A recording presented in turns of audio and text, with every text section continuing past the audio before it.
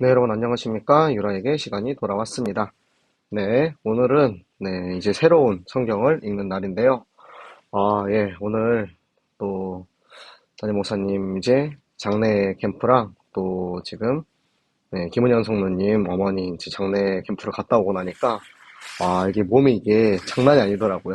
그래가지고 제가 조금 이제 이 하루 만에 지금 수염이 하루 만에 이렇게 자랐습니다. 네, 그럼에도 불구하고, 우리가 항상 함께 해야 할 것, 성경 읽기. 성경 읽기는, 우리가 꼭 지킬 수 있도록, 우리 같이 이렇게 모여가지고, 어떤 일이 있어도 성경 읽기, 저도 열심히, 여러분도 열심히 꼭 같이 참여해서 이 영적인 흐름을 계속 이어갈 수 있으면 좋겠습니다. 자, 오늘은 우리가 새로운 성경을 읽습니다. 자, 누가복음을 읽을 차례인데요. 자, 누가복음은 누가 썼죠? 네, 누가 썼습니다. 네. 자, 누가가 쓴 성경으로, 사도행전을 쓴 것으로 유명한 의사 누가죠. 누가가 이제 데오빌로에게 쓴 편지입니다. 자, 그런데 누가가 왜 이 복음을 썼을까? 그것을 우리가 이제 알아야 되는 거죠.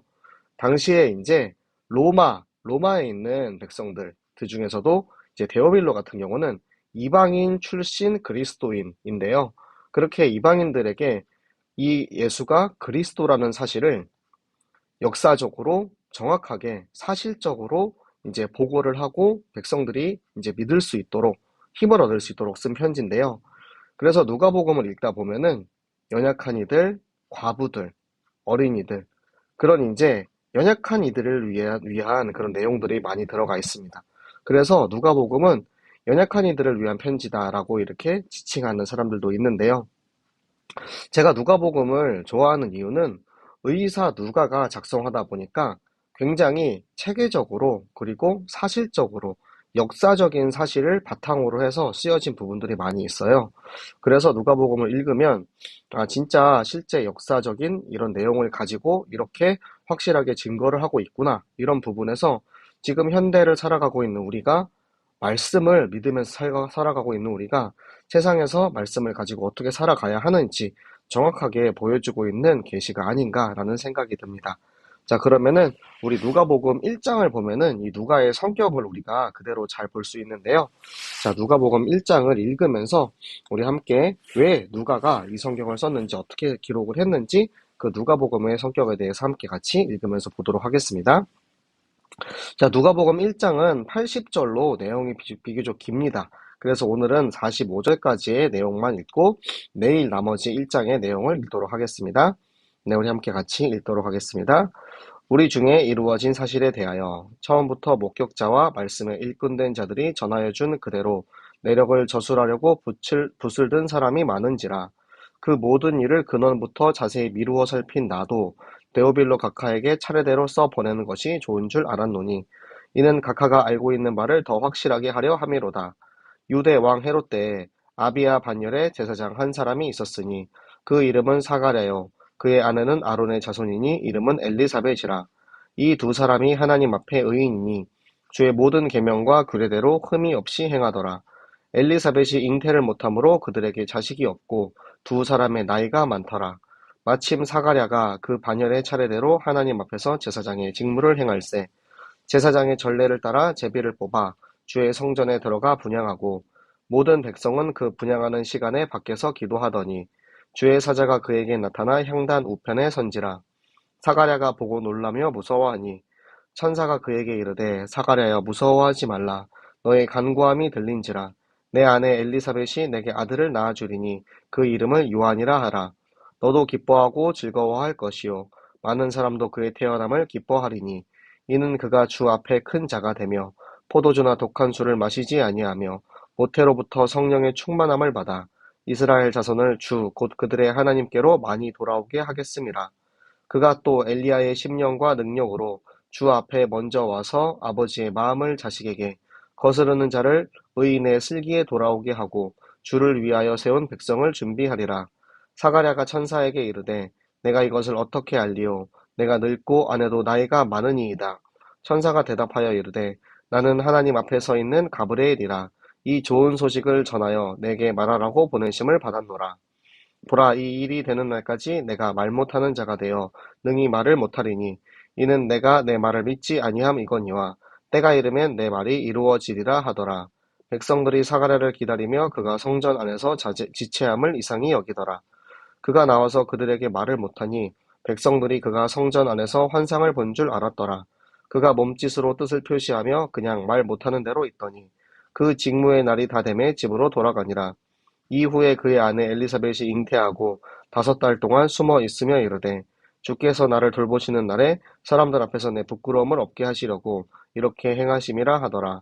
6째 달에 천사 가브리엘이 하나님의 보내심을 받아 갈릴리 나사렛이란 동네에 가서 다윗의 자손 요셉이라 하는 사람과 약혼한 처녀에게 이르니 그 처녀의 이름은 마리아라.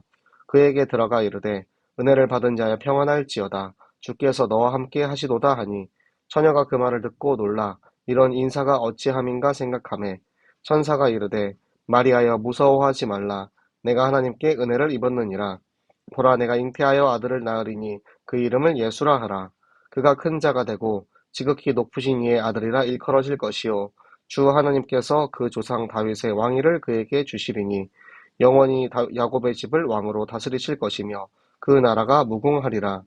마리아가 천사에게 말하되 나는 남자를 알지 못하니 어찌 이 일이 있으리이까. 천사가 대답하여 이르되 성령이 내게 임하시고 지극히 높으신 이의 능력이 너를 덮으시리니 이러므로 나실 바 거룩한 이는 하나님의 아들이라 일컬어지리라. 보라, 내 친족 엘리사벳도 늙어서 아들을 배었느니라. 본래 임신하지 못한다고 알려진 이가 이미 6달이 되었나니 대저 하나님의 모든 말씀은 능하지 못하심이 없느니라. 마리아가 이르되 주의 여종이오니 말씀대로 내게 이루어지이다 하매 천사가 떠나가니라. 이때 마리아가 일어나 빨리 산골로 가서 유대 한 동네에 이르러 사가랴의 집에 들어가 엘리사벳에게 문안하니 엘리사벳이 마리아가 문안함을 들으매 아이가 복중에서 뛰노는지라. 엘리사벳이 성령의 충만함을 받아 큰 소리로 불러 이르되 여자 중에 내가 복이 있으며 내 태중의 아이도 복이 있도다. 내 주의 어머니가 내게 나아오니 이 어찌 된 일인가. 보라, 내 문안하는 소리가 내 귀에 들릴 때에 아이가 내 복중에서 기쁨으로 뛰놀았도다. 주께서 하신 말씀이 반드시 이루어지리라고 믿은 그 여자에게 복이 있도다. 아멘. 자, 누가복음 1장. 자, 예수 그리스도께서 이 땅에 정말로 오셨다라는 사실에 대해서 진술하고 있습니다. 그러니까 역사적인 사실을 자기가 잘 조사를 해가지고 이제 그것을 저술하고 있다라고 이야기를 하고 있는 겁니다. 그러니까 예수님이 직접 온 그 사실을 본 목격자들, 그리고 그 말씀을 전달하는 이들이 이제 그것을 저술하기 위해서 펜을 들었죠. 붓을 들었죠. 그러니까 사복음서 등 여러 가지 이제 학자들이, 신학자들이, 그리고 예수님에 대해서 기록을 남긴 이들의 그 기록을 잘 모아서 자기가 그것을 근원부터 자세히 이루어 살폈대요. 그러니까 역사적인 팩트를 정확히 체크를 해서 자기가 이제 데오빌로 가카에게, 그러니까 이방 출신 성도인데 로마에서 귀족이거나 혹은 이제 벼슬을 맡고 있는 사람이었죠. 그러니까 정확한 어떤 이제 벼슬인지 어떠한 일을 했는지 데오빌로가 어떤 사람이었는지에 대해서는 역사적으로 서술이 되어 있지 않습니다. 그런데 가카라는 칭호는 총독이라던가 혹은 높은 귀족에게 사용하는 칭호이기 때문에 이 유대인 출신, 이방인 출신 성도인 데오빌로, 로마의 이제 귀족이거나 혹은 로마에서 이제 관리를 맡고 있는 저 데오빌로에게 이 편지를 써서 이 쓰여진 편지를 통해서 또 데오빌로가 이것을 이제 또 많은 이들에게 전달하는 그런 이제 구조가 정해져 있는 거죠. 그래서 그것을 차례대로 하나씩 하나씩 체계적으로 써서 보낸 다음에 이 데오빌로가 알고 있는 바, 그러니까 예수 그리스도의 생명의 복음을 더 확실하게 하는 용도로 지금 내가 이 누가복음을 썼다라고 이야기를 하는 거예요. 그래서 유대왕 헤롯 때, 그러니까 실제 역사적인 사건일 때에 이 제사장 중에 아비야 반열이 있었습니다. 그 당시에 24개의 제사장 반열이 있었는데요. 그 아비야 반열의 제사장 이름이 사가랴, 그리고 그의 아내는 아론의 자손, 그러니까 제사장 가문의 딸, 제사장과 제사장 가문의 딸인 엘리사벳이 결혼을 해가지고 부부가 된 거죠. 그러니까 이 제사장 가문이기 때문에 굉장히 모든 계명과 율법을 규례를 잘 지킨 흠이 없는 그런 사람이었습니다. 그렇기 때문에 하나님께서 이 사가랴와 엘리사벳을 선택하신 것도 있겠죠. 자, 그런데 이 엘리사벳이 마치 한나처럼 사라처럼 나이가 들도록 잉태를 하지 못하고 있었던 상황인 거예요. 그때 사가랴의 반열, 그 24반열이 그 당시에는 이스라엘이 이제 차례대로 이렇게 제사를 드리는 임무를 하고 있었는데 그 24반열 중에서도 모든 반열에 약 900명에서 1000명 정도의 이제 제사장들이 있었는데 그 중에서도 이제 제비를 뽑아가지고 성전에 들어가서 분향을 하는 임무를 했었는데 이 1000대 1의 확률을 뚫고 그러니까 24 곱하기 1000대 1이니까 24,000대 1의 확률을 뚫고 지금이 저 사가랴가 제사장 성전에 들어가서 분향을 하는 임무를 맡게 된 거죠. 그때 이제 모든 백성들은 밖에서 기도를 하고 있는 그러니까 온 백성의 기도의 배경 속에서 저 사가랴가 이제 성전에 들어가서 분향을 하고 있는데 주의 사자가 나타난 거예요. 그런데 말라기 시대 이후로, 그러니까 구약의 마지막 선지자의 말라기 시대 이후로 약 400년 동안 지금 하나님의 역사가 나타난 적이 없었습니다. 그런데 그 400년 만에 사자가 나타나서 이제 거기에 나온 거예요. 그러니까 사가랴가 너무 깜짝 놀란 거죠. 400년 동안 없었던 일이 일어나니까 그때 천사가 나와서 너의 간구함이 들린지라. 그러니까 사가랴는 기도하는 사람이었던 거죠. 그리고 나서 엘리사벳이 이제 아들을 낳을 것이다. 그 이름을 요한이라고 해라. 그리고 그 요한의 태어남은 너만 기뻐하는 것이 아니고 많은 사람들이 기뻐할 것이다. 그러니까 그 요한이 이스라엘의 역사에 큰 일을 할 것이기 때문에 많은 사람들이 기뻐하는 사람이 될 것인데 그가 주 앞에 큰 자가 돼요. 그러니까 성경에 보면은 요한은 여자가 낳은 자 중에 요한보다 큰 자가 없다라는 말이 있어요. 그러니까 여자가 낳은 자, 예수 그리스도 말고는 사람이 낳은 자 중에 요한만큼 큰 사람이 없다. 왜? 예수 그리스도를 준비하고 그 길을 예비하는 역할을 했기 때문에 이 요한이 그만큼 큰 역할을 한 거죠. 그리고 포도주와 독한 술을 맞지 아니한다라는 그 이야기는 제사장의 역할을 선지자의 역할을 감당할 것이다라는 그것이죠. 그리고 많은 이스라엘 자손들이 하나님께 돌아오게 하는 회개하라 천국이 가까웠다라고 선포할 때 많은 사람들이 울면서 회개하고 그 요한에게 세례를 받았기 때문에 세례 요한이라고 칭함을 받게 되죠. 그리고 그 요한은 엘리야의 신명을 가지고 있었어요. 그러니까 제사장 가문에 이 자기도 제사장으로서 사실은 편안한 이제 생활을 할 수 있었지만 이 엘리야처럼 가죽옷을 입고 그리고 광야로 나갑니다. 광야로 나가서 많은 사람들을 살리는 그런 이제 삶을 살았던 거예요. 그 마음과 그리고 엘리야 같은 그런 이제 능력을 하나님께서 주셔가지고 그리고 하나님의 마음을 우리 인간들에게 하나님의 자녀들에게 깨닫게 하는 역할 그리고 우리 의인들이 말씀을 떠나는 이들이 말씀으로 돌아오게 하는 역할 그리고 인류 구원을 위한 하나님의 일, 이 백성을 준비하는 역할에 쓰임을 받게 될 것이다. 그런데 사가랴가 아니 지금 이 몇백 년 동안 있지 않은 역사가 일어났기 때문에 어떻게 내가 알 수 있냐 증거가 있냐라고 이야기하니까 자기가 이제 자기의 정체를 밝히죠. 좋은 소식을 전하는 천사장 가브리엘이다. 나는 가브리엘이다. 그런데 너가 이것을 믿지 못하니까 말을 못할 것이다. 그러니까 증거를 구했는데 증거를 받았어요. 어떻게? 벙어리가 되는 증거를 받았습니다. 그런데 그것은 믿지 않아서 벌을 주는 것뿐만 아니라 네가 경거망동하지 않고 조용히 잠잠하게 이것을 말하지 않고 있으면 반드시 이 말이 이루어질 것이다. 라는 그런 의미가 함께 있습니다. 그리고 나서 이제 성전의 분향으로 이제 대표가 들어가 있으면은 밖에서 이제 백성들이 기다리고 있잖아요. 그때 이제 분향이 다 마치고 나면은 밖에 나와서 그 이제 제사장은 나와서 축복을 선포해야 하는 역할을 가지고 있는데 안 나오니까 혹시라도 옛날 이제 구약 시대에 제사장이 들어가서 혹시라도 정결하지 않은 사람이 들어가서 성소에 들어가면은 이제 죽는 그런 일이 있었기 때문에 혹시라도 죽은 게 아니야라고 그런 이제 걱정을 하게 된 거죠. 그때 이제 나왔는데 이 사람이 말을 못하니까 저 사람이 뭔가 환상을 보았나 보다라고 그렇게 이제 이해를 하는 거예요. 말을 못하고 막 몸짓으로 이야기하니까 그냥 그런가 보다 하고 이렇게 이해를 한 거죠. 그리고 나서 집에 돌아가서 그 안에 엘리사벳이 잉태를 하고 5달 동안 숨어 있습니다. 그러니까 하나님의 때가 올 때까지 경거망동하지 않고 이야기하지 않고 조용히 숨어서 기다리고 있는 거예요. 그리고 나서는 아이를 갖지 못하는 이 여인이 굉장히 부끄러움을 없애주시려고 하나님께서 우리를 축복하셨다라고 하나님을 찬양하고 있는 이 엘리사벳의 모습입니다. 그때 6달이 지나고 나서 이 가브리엘이 또 갑니다. 어디에 가죠? 갈릴리 나사렛이란 예수님의 고향에 가서 그의 아버지 누구죠? 다윗의 자손인 요셉 그리스도의 계보죠. 아브라함과 다윗의 자손 예수 그리스도. 그러니까 이 요셉의 약혼녀 마리아에게 간 것입니다. 그리고 나서 마리아를 찾아가서 당신이 은혜를 받은 자여 이렇게 이야기하는 거예요. 그러니까 하나님께서 예비하신 자이기 때문에 이런 경배를 받을 수가 있는 거죠. 그러니까 마리아는 아니 내가 영광받을 만한 그런 일이 없는데 왜 천사가 나한테 와서 이렇게 경배를 하지? 라고 이제 이상하게 생각을 하고 있는 거죠. 그러니까 천사가 내가 하나님께 은혜를 입었다라고 이야기를 하면서 내가 잉태하여 아들을 낳으리니 예수라 하라. 그러니까 처녀한테 지금 너가 아이를 낳을 것이다라고 이야기를 하는 거예요.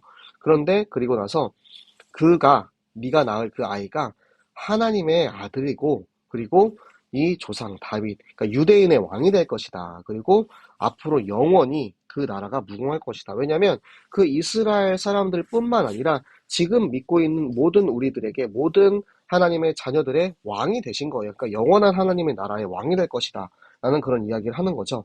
그러니까 마리아가 나는 순수한 처녀로서 남자를 알지 못하는데 어떻게 내가 임신을 할 수 있겠습니까? 그러니까 오히려 하나님께서는 그런 순수한 처녀인 마리아가 필요하셨던 것이고요. 그 마리아가 남자를 알지 못하는 상태에서 성령으로 마리아에게 잉태하셔서 그 지극히 높으신 능력으로 너에게 나실 것이다. 그리고 너뿐만 아니라 너의 사촌인 엘리사벳도 다 늙어서 태가 끊어진 이후에도 아들을 임신했다. 그러니까 임신하지 못한다고 알려진 이도 임신을 했는데 처녀가 임신하지 못하겠느냐 증인으로 세우신 거죠. 그러니까 하나님의 말씀은 능치 못하심이 없느니라. 늙은 여자도 처녀도 충분히 임신이 가능하다. 하나님의 말씀이 임하시면. 그러니까 마리아가 그 이야기를 듣고 저는 주의 여종이니까 당신이 말씀하시는 그 말씀이 나에게 그대로 이루어질 것이다라는 순수한 믿음의 고백을 듣고 천사는 떠나가죠. 그리고 마리아가 기쁜 마음으로 이제 빨리 저 산골에 가서 숨어있는 엘리사벳을 찾아갑니다. 엘리사벳을 찾아가서 이제 엘리사벳에게 이제 인사를 해요. 그러니까 엘리사벳의 뱃속에 있었던 아이 요한 6개월 된 그 아이가 느끼는 거예요. 그래서 엘리사벳에게 성령의 충만함을 받아서 내 지금 뱃속에 있는 아이가 기뻐 뛰면서 춤을 추고 있다. 네 지금 뱃속에 아이가 복이 있을 것이다. 네가 여자 중에 가장 복이 있을 것이다. 성령께서 그렇게 말씀하신 거예요. 그러니까 이 주께서 하신 말씀이 반드시 이루어지리라고 믿음으로 이 마리아는 처녀로서 이 아이를 잉태하게 된 거죠. 우리가 지금까지는 이 처녀가 잉태했다라는 것까지만 알고 있었지만 사실은 마리아도 말씀을 믿는 믿음으로 하나님의 말씀은 반드시 능치 못하는 일이 없기 때문에 내가 처녀지만 나를 통해서 아이를 잉태하실 것이다라는 말씀을 믿은 것입니다. 여러분 그만큼 우리가 말씀을 믿는 것이 중요해요. 우리 유라익 성경을 함께 읽고 있는 여러분, 오늘 우리가 읽은 이 누가복음을 통하여서 말씀이 얼마나 체계적이고 역사적이고 사실적인지 우리가 함께 보셨잖아요. 이 받은 말씀을 여러분이 반드시 모두 믿으시기 바랍니다. 말씀을 믿는 것. 내 안에 계시는 그리스도는 어떻게 오셨죠? 예수님이 이 땅에 오셨다는 나를 위해서 십자가 지고 죽임당하셨다는 그 말씀을 믿는 믿음으로 우리 안에 오신 예수 그리스도. 오늘 이 시간 함께 기도하실 때 하나님 우리가 나를 위해 이 땅에 오신 그리스도를 믿습니다. 나를 위해서 이 땅에 오신 그리스도의 그 말씀을 믿습니다.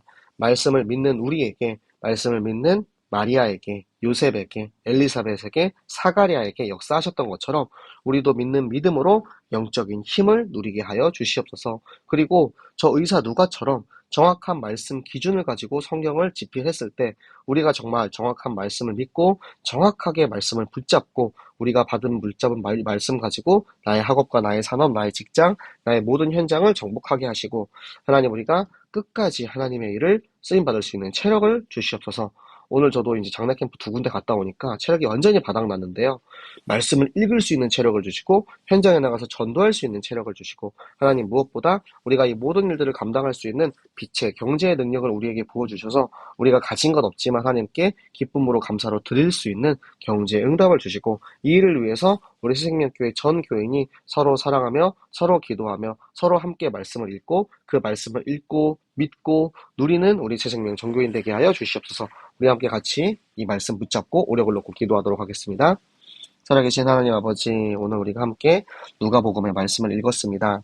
하나님의 의사 누가가 정확한 말씀 기준을 가지고 하나님의 말씀을 전달했던 것처럼 하나님 우리도 이 정확한 말씀을 믿음으로 하나님 마리아가 말씀을 믿음으로 요셉이 말씀을 믿음으로 사가랴가 엘리사벳이 말씀을 믿음으로 하나님의 역사하심이 하나님의 말씀이 능치 못하심이 없음을 모두 체험했던 것처럼 하나님 우리도 말씀을 믿는 믿음으로 나에게 주시는 이 힘과 능력 가지고 우리의 현장을 정복하게 하여 주시옵소서.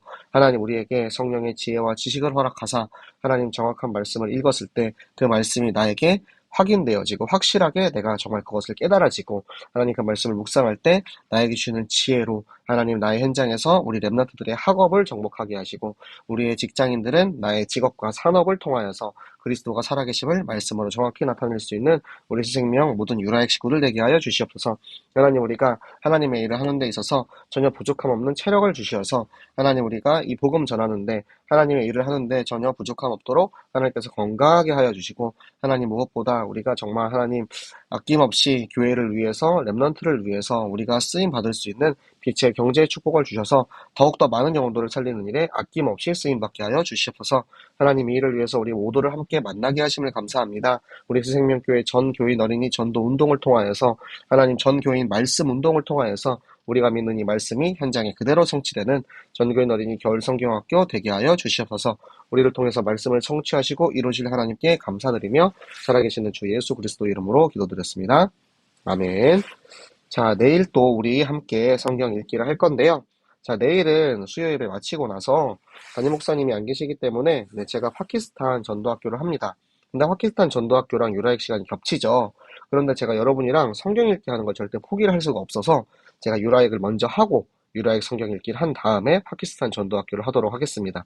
그래서 우리는 똑같이 우리가 이제 시작을 하는데 조금 일찍 시작할게요.